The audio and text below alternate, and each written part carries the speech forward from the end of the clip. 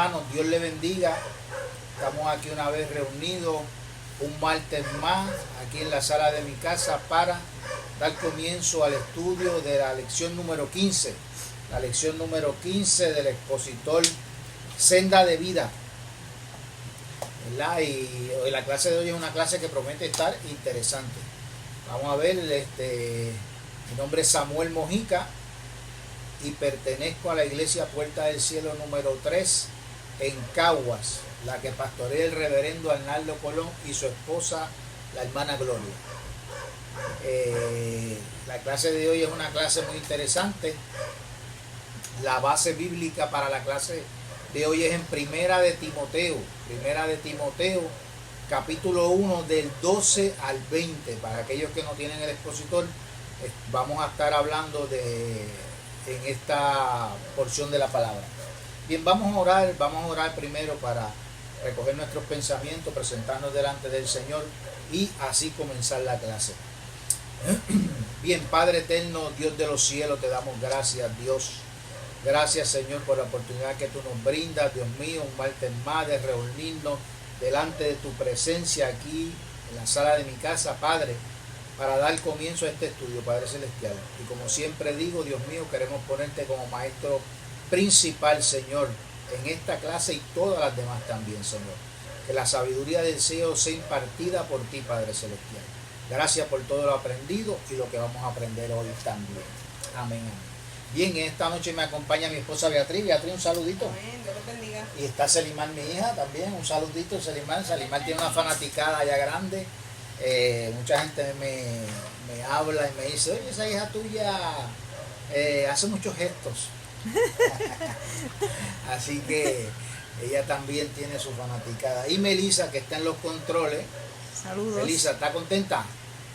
Amén. Amén, tiene migraña, pero aquí está sirviéndole al Señor, así que esa migraña en el nombre de Jesús se vaya mismo, porque los que le sirven al Señor, Dios pues los recompensa. Amén. Así que damos gracias a Dios. Melissa comenzó a trabajar en centro médico. Melissa, ¿cómo usted se trabaja? Excelente, aprendiendo mucho. Muy bien, de enfermera allí, ya usted ve, hoy cosió unos deditos. Sí. Ay, Dios mío, le cortaron un canto de dedo a otro. Sí. Bien, qué terrible. Así que, qué bueno. Bien, como ya dijimos, la base bíblica para la clase es en Primera de Timoteo, capítulo 1, del 12 al 20. Y Beatriz, léame el título. Escogidos para servir. Muy bien, escogidos para servir. Así que, como siempre digo, ¿verdad? Aquellos que me conocen y que han escuchado algunas clases mías en el instituto, escuelas bíblicas, yo siempre digo, especialmente el hermano Pedraza, una vez lo dijo en una predicación de José Pedraza, Dios te bendiga donde quiera que esté. Él dice que yo digo que el primer don que Dios da cuando tú te conviertes al Señor es el servicio. Yo creo en mi plano personal que el primer don que Dios le da a las personas es el don de servir, porque el evangelio se basa en eso, en servir. Así que yo creo que ese es uno de los primeros dones, si no el primero que Dios da, el de servir. Y de eso vamos a estar hablando hoy, ¿verdad? Pensamiento central, Selimar. El llamamiento al servicio cristiano se origina exclusivamente en la soberanía de Dios. Muy bien, en la soberanía de Dios. ¿Dónde vive Dios? En el cielo, ¿verdad? En el tercer cielo. Así que cuando a usted lo escogen para una tarea aquí en la tierra, esa selección ya se hizo en el cielo. Dios usa sus instrumentos aquí en la tierra para llevar a cabo que usted sea electo, pero esa elección ya se hizo en el cielo. Así que cuando usted lo eligen para algo, presidente de damas, presidente de jóvenes, diácono, lo que sea que usted, la posición que usted vaya a ocupar en la iglesia, esa decisión ya la tomó Dios en el cielo. Así que tómelo por un privilegio el servirle al Señor. Bien, el texto audio está en la clase. De hecho, es el primer texto, así que lo vamos a dejar para la clase.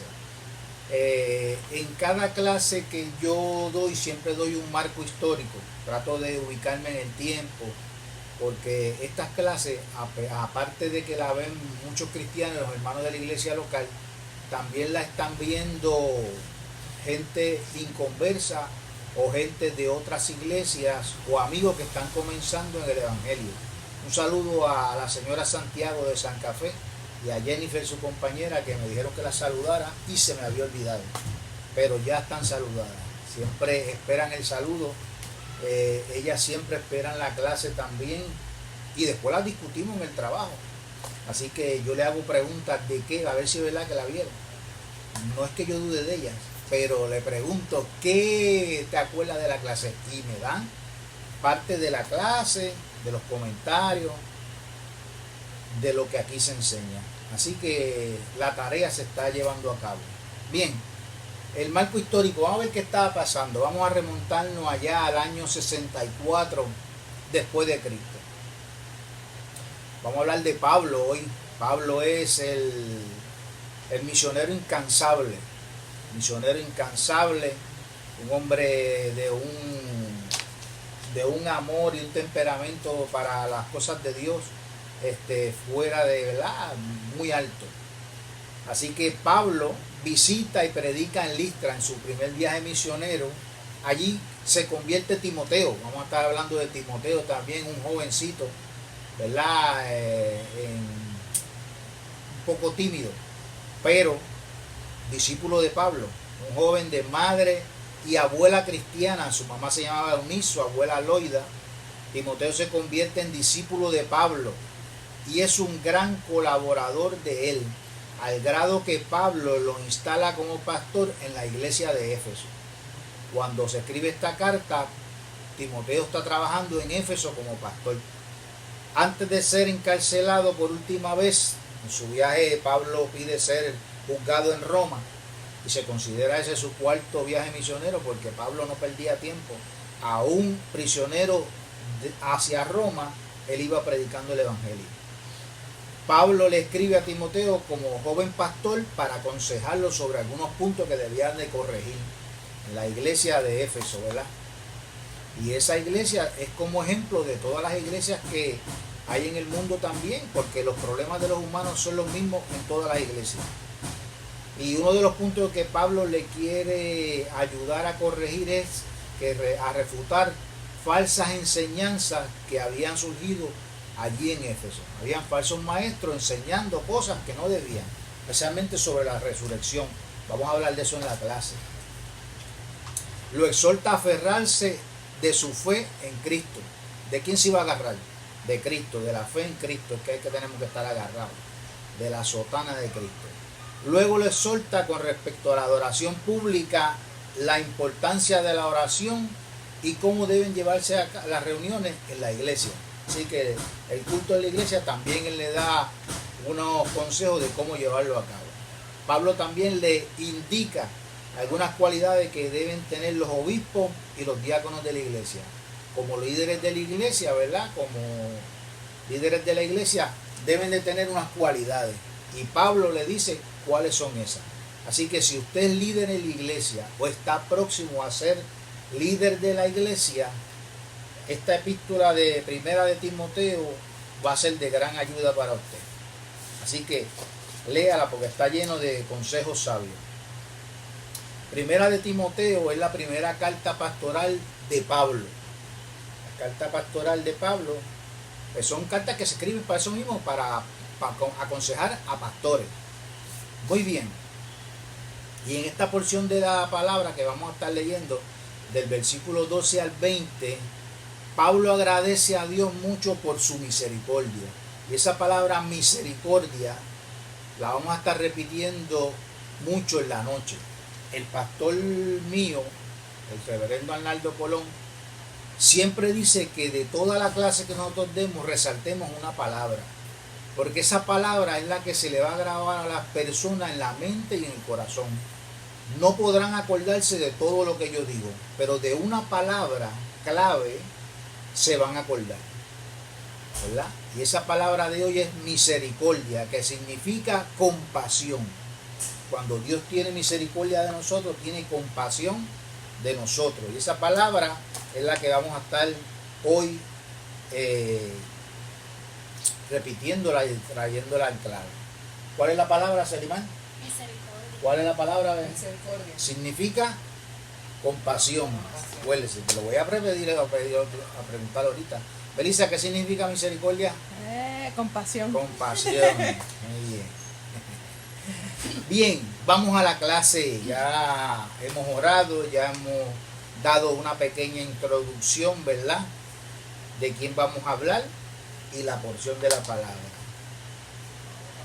Versículo 12, empieza Beatriz. Doy gracias al que me fortaleció, a Cristo Jesús nuestro Señor, porque me tuvo por fiel poniéndome en el ministerio. Muy bien, dice, vamos por parte, doy gracias. ¿Quién está dando gracias aquí? Pablo está hablando, ¿verdad? Y Pablo, como dije ahorita, está agradeciendo a Dios por la misericordia que Dios tuvo. Vamos a estar repitiendo eso. Al que me fortaleció, en otras versiones dice al que me bendijo, al que me dio fuerzas. ¿A quién? A Cristo Jesús. Hoy un detalle interesante que encontré es que es la única vez que Pablo le agradece personalmente a Cristo Jesús en sus epístolas. En ningún lado aparece nada más que en esta. Que él da gracias a Cristo Jesús directamente. ¿Cómo lo hacía en otras epístolas? Da gracias al Padre por Cristo Jesús. ¿Entendiste? Que no lo da gracias al Padre por Cristo Jesús. Pero en esta porción, él da gracias a Cristo Jesús directamente. Y por lo que vamos a leer ahora. Nuestro Señor, porque me tuvo por fiel poniéndome en el ministerio. Lo tuvo por fiel. ¿Por qué? Porque Jesús sabía que Pablo, ya vamos a hablar de la conversión de Pablo, la tarea que Jesús le iba a encargar, Pablo la iba a cumplir. Pablo era un hombre celoso de las cosas de Dios. Vamos a hablar de eso ya mismito.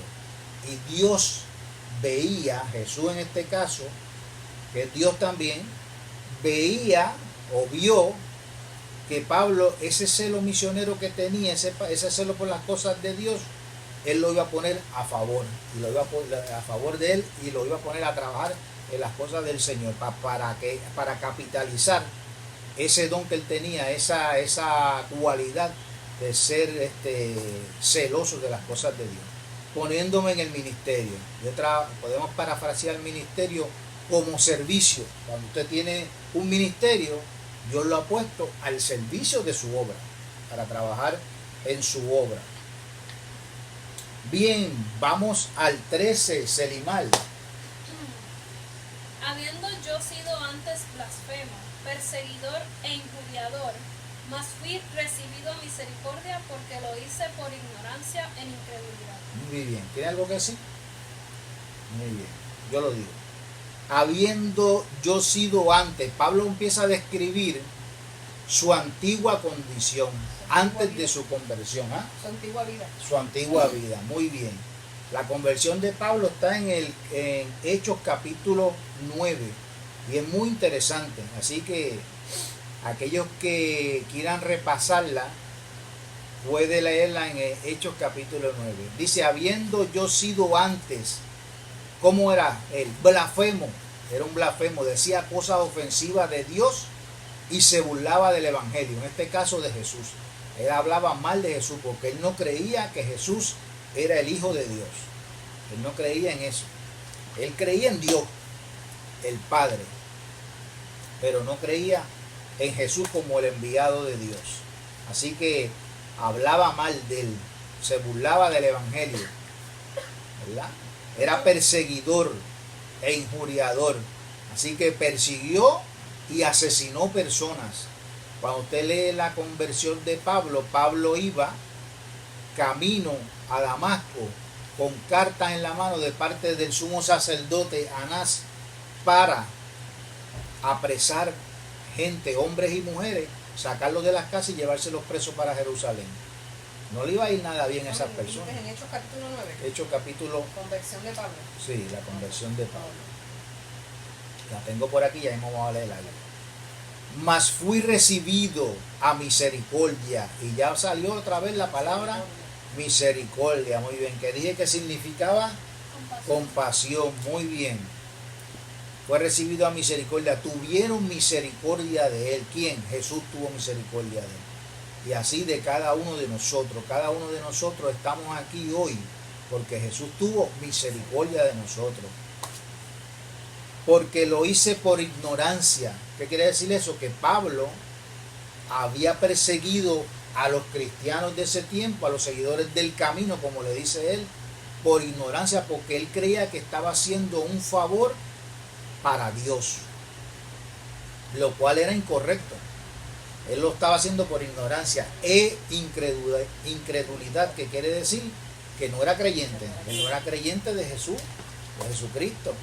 Él no creía que Jesucristo era el Hijo de Dios, así que lo hizo por ignorancia, ¿verdad? Y lo hacía en el nombre de Dios. Él lo hacía en el nombre de Dios. Seguimos. El 14, Melissa. Melissa tiene un poquito de migraña. Vamos a esperar que Beatriz.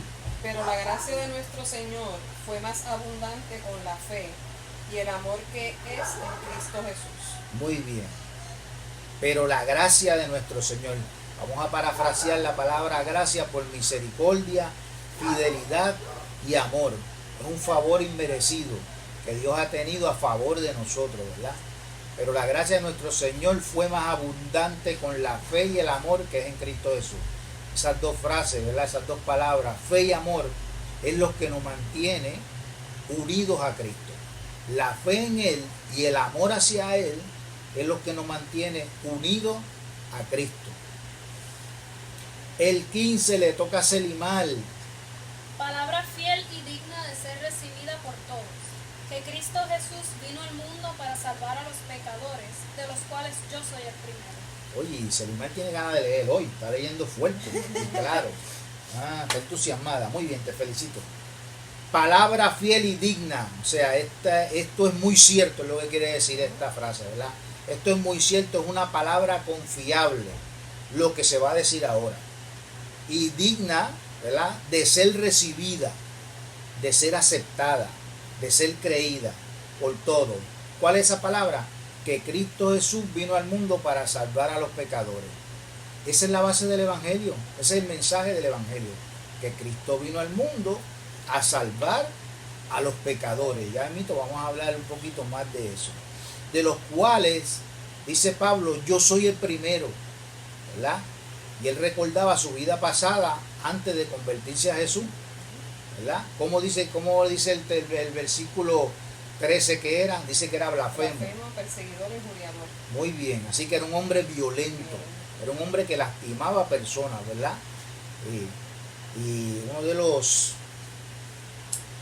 cuando leemos el capítulo 9 de Hechos, me llama la atención que voy a leer una parte de Hechos 9, del 4 en adelante. Voy a leer el 4 hasta el 6. Dice, y cayendo en tierra, porque Pablo iba de camino a Damasco, se le aparece la luz que lo rodea, y cayendo en tierra, Pablo se cae. Oyó una voz que le decía, Saulo, Saulo, ¿por qué me persigues? Mire que Jesús lo llama por el nombre hebreo de él. Él tenía dos nombres porque tenía dos ciudadanías. El nombre Pablo es el nombre romano. Saulo es el nombre hebreo de él. Y él lo llama por el nombre hebreo de él. Saulo, Saulo, ¿por qué me persigues? Mire que Pablo a quien estaba persiguiendo era a sus discípulos. Pero lo que tú le hagas a un discípulo de Cristo es como hacérselo a él. Así que él le dice, ¿por qué me persigue? Él dijo, ¿quién eres, Señor? Y le dijo, yo soy Jesús a quien tú persigues. Dura cosa te es dar coces contra el aguijón. El aguijón era lo que se usaba para pullar a los bueyes. Era una punta. Eso es como un ejemplo. Si yo cojo un cuchillo y tengo unas chancletas y yo le meto una pata a un cuchillo, ¿qué puede pasar? Que yo me quede. ¿Qué puede pasar? Te va a cortar. Me voy a cortar, me voy a herir yo mismo. Pero eso es lo que Jesús le está diciendo aquí a Pablo. Le dice, dura cosa te es dar coces, que es una patada, contra el aguijón. O sea, si tú le das una patada al aguijón, te vas a herir tú mismo. Lo que tú estás haciendo te vas a herir tú mismo. me estás persiguiendo a mí y el que va a salir perdiendo eres tú. Es lo que Jesús le está haciendo ahí. Y el 6, que es el que me llama la atención, dice, y él temblando y temeroso dijo, Señor, ¿qué quieres que yo haga? Desde ese momento en adelante, Pablo se rindió a los pies de Jesús y se convirtió de corazón a él, porque él le dice, Señor, mire que cómo lo llama, Señor, ¿qué quieres que yo haga? Así que él le pide instrucciones, y ahí Jesús le da instrucciones de lo que tiene que hacer, porque Dios, cuando llama a una persona a trabajar para él, da instrucciones de lo que él quiere que tú hagas para él. Bien, así que Pablo, ya dijimos lo que Pablo se dedicaba, ¿verdad? Cómo había su vida pasada. Algo que me llama la atención en el comentario de Matthew Henry es que en este versículo Pablo dice que de los pecadores yo soy el primero. Él se ponía primero de todos los pecadores. Pero cuando Pablo hablaba de ser apóstol, él decía, yo soy el último. Mire qué cosa, cuando él decía, yo soy pecador, de los pecadores, yo soy el primero. Pero de los apóstoles, yo soy el último. Eso habla de la humildad de Pablo.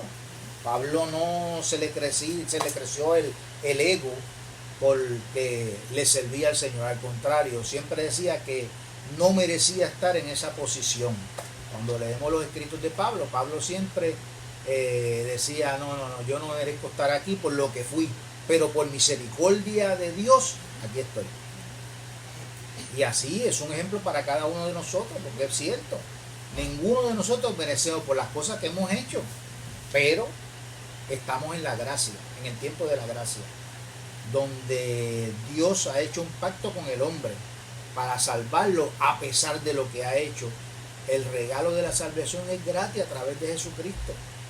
Aceptamos a Jesucristo como Salvador e instantáneamente su nombre aparece inscrito en el libro de la vida. Bien, seguimos con el número 16. ¿Le toca a quién? A mami. Pero por esto fui recibido a misericordia, para que Jesucristo mostrase en mí el primero toda su clemencia, para ejemplo de los que habrían de creer en él para vida eterna. Muy bien, y voy por parte, ¿verdad? Por esto fui, o sea, ¿por qué? Por los pecados de él, ¿verdad? Por ser un pecador. Por esto fui recibido a misericordia. Y vuelve la palabra Misericordia. que significa Compasión. muy bien, excelente, están atentos. Melissa, ¿qué pasó? ¿No Compasión, contesta? compasión. Sí. Bien. Así que por eso, por ser pecador, fue recibido a misericordia, igual que cada uno de nosotros, porque hemos sido pecadores, para que Jesucristo mostrase en mí primero toda la clemencia, toda la paciencia. Y esa palabra paciencia, ¿verdad? Me llama la atención, porque hoy en día eso es lo que hay.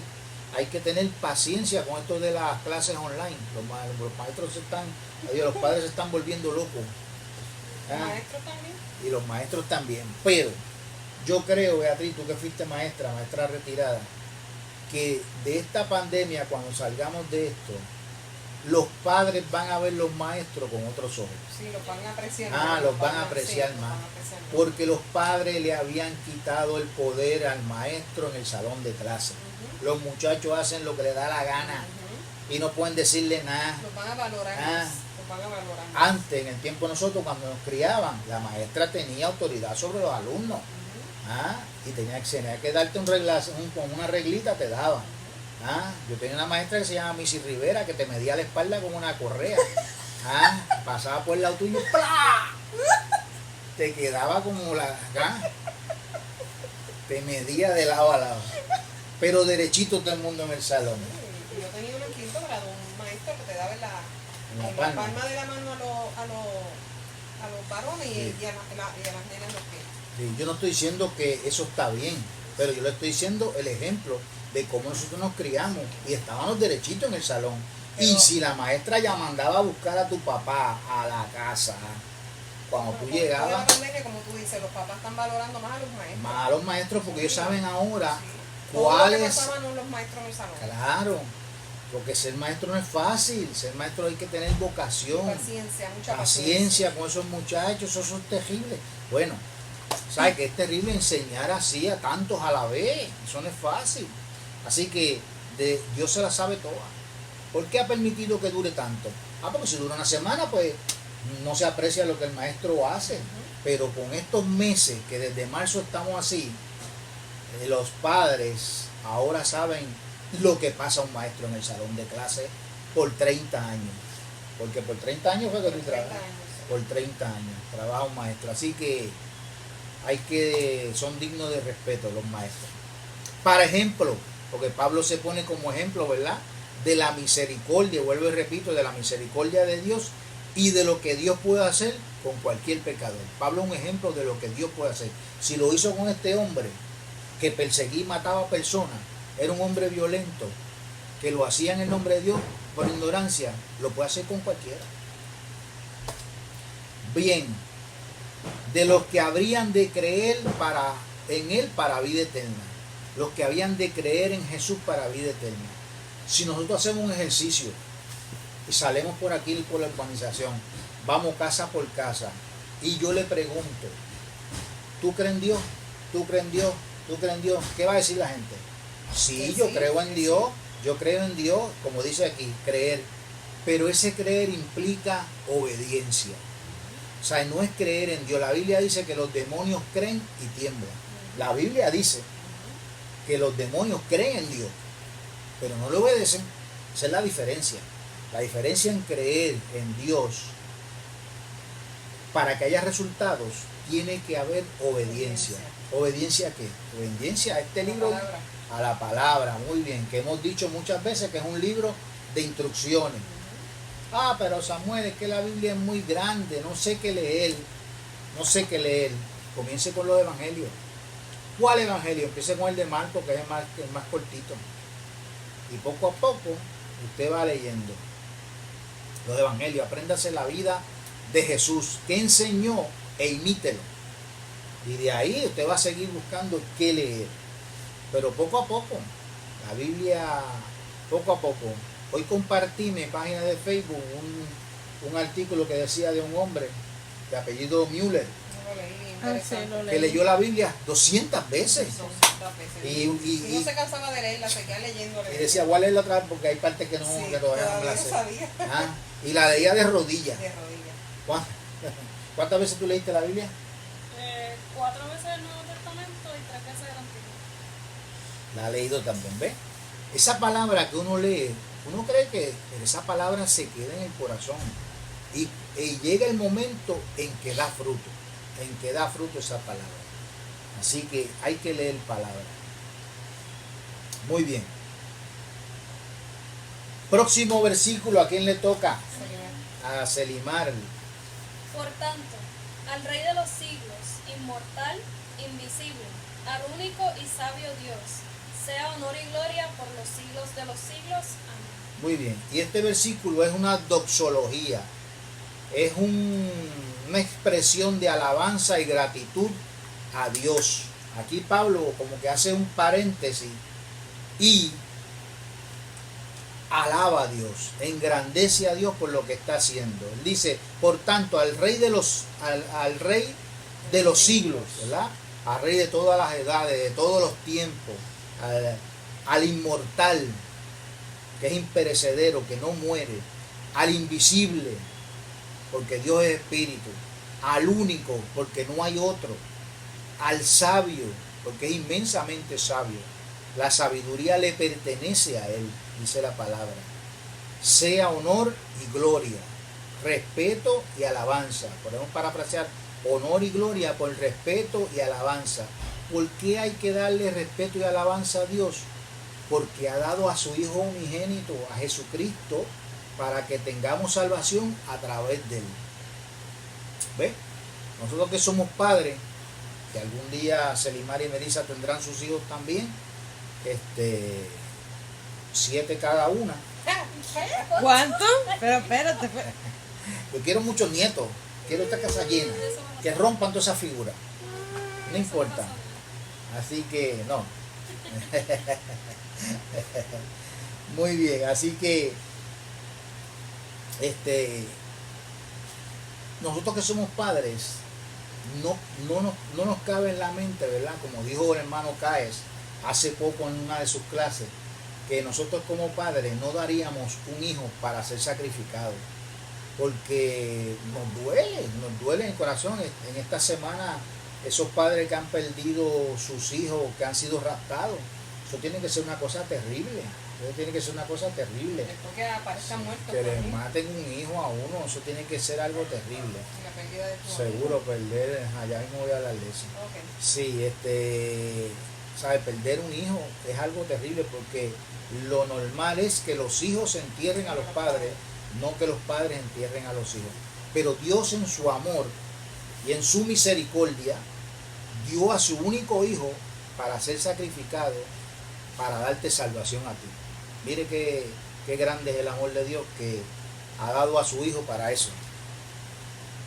Muy bien, dice por los siglos de los siglos, o sea, por siempre. Amén, así sea. Así que Pablo estaba agradecido de Dios por todo lo que había hecho con él. Y saca este versículo número 17, ¿verdad? Que hoy en día lo tenemos así, pues, separado por versículo, y da una alabanza, ¿verdad?, a la grandeza del Dios eterno. Bonito eso. El 18 le toca a quién. Este mandamiento, hijo Timoteo, te encargo para que conforme a las profecías que se hicieron antes en cuanto a ti, milites por ellas la buena milicia. Muy bien. Dice, este mandamiento, o sea, esta orden, este estatuto, hijo Timoteo, lo llama hijo, pero él era hijo espiritual de él, no hijo, ¿verdad?, en lo secular. Sí, hijo Timoteo. Timoteo significa el que adora a Dios. Te encargo para que conforme a las profecías, está en plural, así que hubieron profecías más de una vez. Más de una vez Dios confirmó por parte de los ancianos de la iglesia, habló Dios a través de ellos para darle tarea a Timoteo. Dios le encargó una tarea a Timoteo y usa a los ancianos de la iglesia en el don de profecía para hablar. Dios habla en la iglesia todavía. Aún hoy día estos dones se ven, donde Dios levanta un vaso en la iglesia y habla en profecía. La profecía siempre va orientada al futuro. Cuando Dios dice cosas que no han pasado, que van a pasar, es profecía. Cuando Dios habla de cosas que pasaron o están pasando, es don de ciencia. La ciencia está orientada al pasado y al presente. Cuando Dios habla en el futuro, es profecía. Y si Dios da la solución usando un don de ciencia, da la solución al problema de lo que tú estés pasando, don de sabiduría. Es un tema interesante también, los dones espirituales.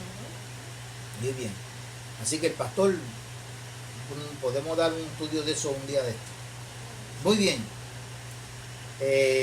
Conforme a las profecías que se hicieron antes en cuanto a ti. Eso está en el capítulo 4, versículo 14 de Primera de Timoteo. Habla de eso, ¿verdad? En cuanto a ti, milites por ellas la buena milicia. Así que hace referencia a un ejército. Le habla como si Timoteo estuviera en un ejército. De hecho, esto es en los ejércitos. Jehová es Jehová de los ejércitos. Uno de los nombres de, ¿verdad?, como que lo llamamos, Jehová de los ejércitos. Muy bien, porque esto era como una tarea o una misión a cumplir. Y se le había encargado a Timoteo una misión o una asignación de liderazgo. Vamos a ver ahora cómo se cumple esa tarea, esa misión que le dieron a Pablo. El próximo versículo ahora da la clave para cumplirla. ¿Quién le toca? ¿Selimán? Sí. Bien. Manteniendo la fe y buena conciencia, desechando la cual naufragaron en cuanto a la fe algunos. Muy bien. Así que, ¿cómo se cumple esa misión? Manteniendo la fe. Y esa palabra mantener, manteniendo, tiene la idea o viene de una raíz que significa, que lleva la idea de acción continua, sin interrupciones. Tú tienes que mantener la fe continuamente. No hay pausas aquí. No hay pausa.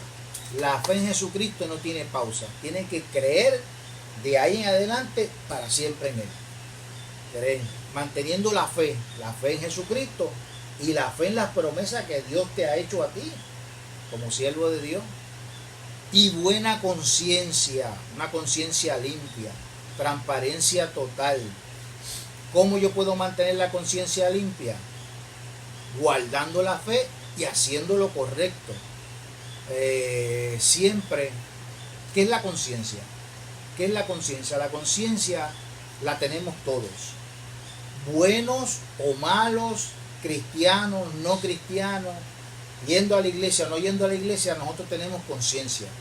Dios le ha dado a cada ser humano una vocecita, una voz de alerta dentro de ti, que cuando tú estás haciendo algo malo, esa vocecita te habla y te dice, eso está incorrecto, eso está mal.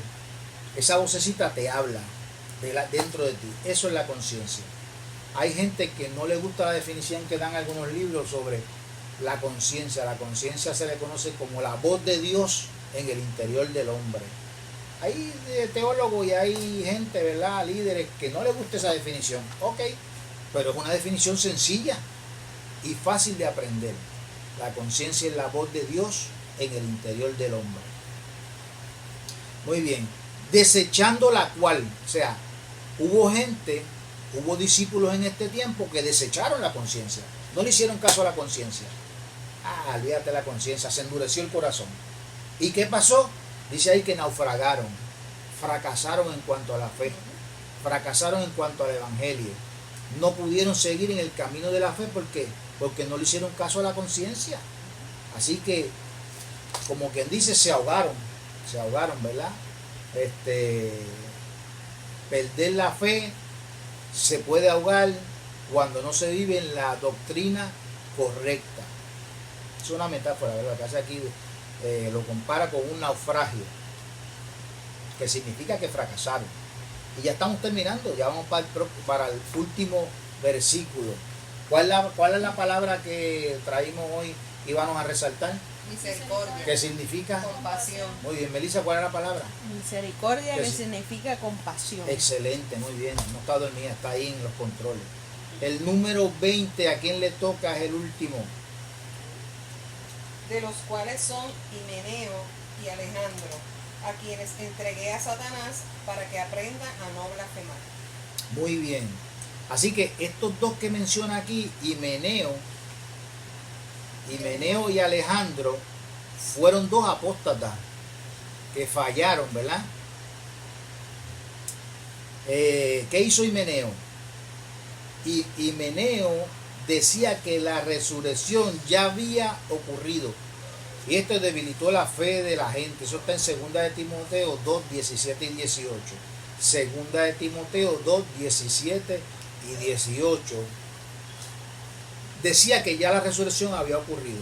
Nosotros estamos esperando la resurrección de los muertos, ¿verdad? Y algún día la venida de Cristo dice que la resurrección de los muertos ocurrirá primero y nosotros después, los que estemos vivos, seremos transformados. Pues este hombre decía que ya eso había ocurrido. Y eso debilitó la fe porque dijo, ven acá, pues yo estaba esperando la venida de Cristo y este hombre dice que ya eso ocurrió, pues entonces ¿para qué yo sigo en la iglesia? ¿No entiendes? Así que eso, este hombre estaba diciendo ese mensaje, el cual era erróneo. Y Pablo aquí lo advierte. ¿Y qué hizo Alejandro? Pues Alejandro, que era otro también apóstata, se opuso a las enseñanzas apostólicas. Los apóstoles enseñaban algo, daban el mensaje de Jesucristo, y este hombre enseñaba algo diferente, también erróneo. Eso está en 2 de Timoteo 4:14, habla de Alejandro también. Y esta es la parte que me puso a mí a pensar, y me puso a mí a estudiar y a buscar por los libros, porque dice, a quienes entregué a Satanás. ¿Qué autoridad tenía Pablo para entregar a una persona a Satanás? O sea, ¿cómo es esto de entregarlo a Satanás?